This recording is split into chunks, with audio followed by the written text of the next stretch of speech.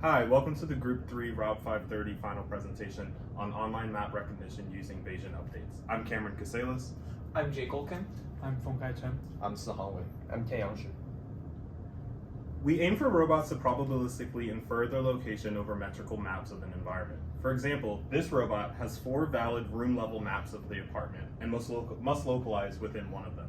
Current state-of-the-art algorithms like adaptive particle filters are great at localizing in a single map, but in this problem we do not have a contiguous map of the environment, but rather multiple candidate maps.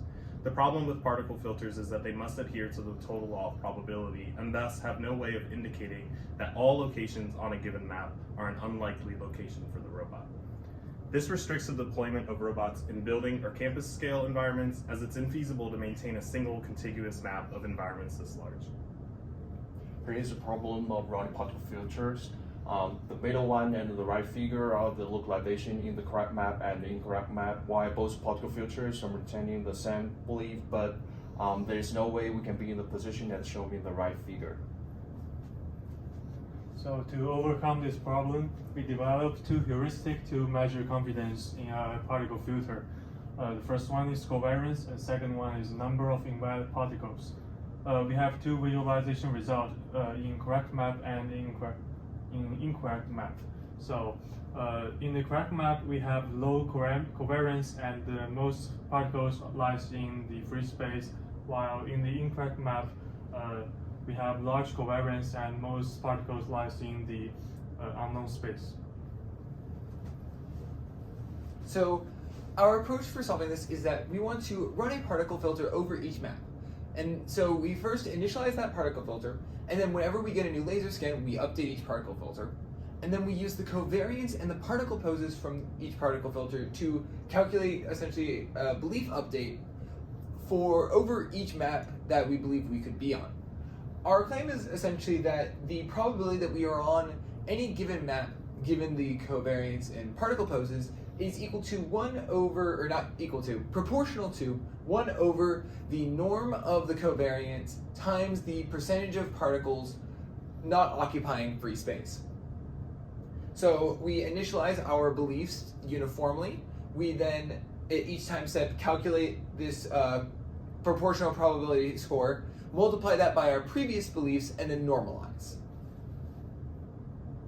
As for our data set, we collect the data by ourselves. We show 6 different environments, 4 rooms from this virtual house and 2 virtual worlds in different shapes.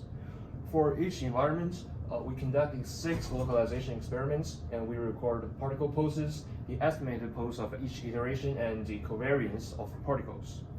We conducted our experiments by the simulation from gas ball, and we visualize the localization from ROBs. We can see we have 2 results. When the localization is running on the correct map, we can see the particles they converge soon, and most of them locate in free space.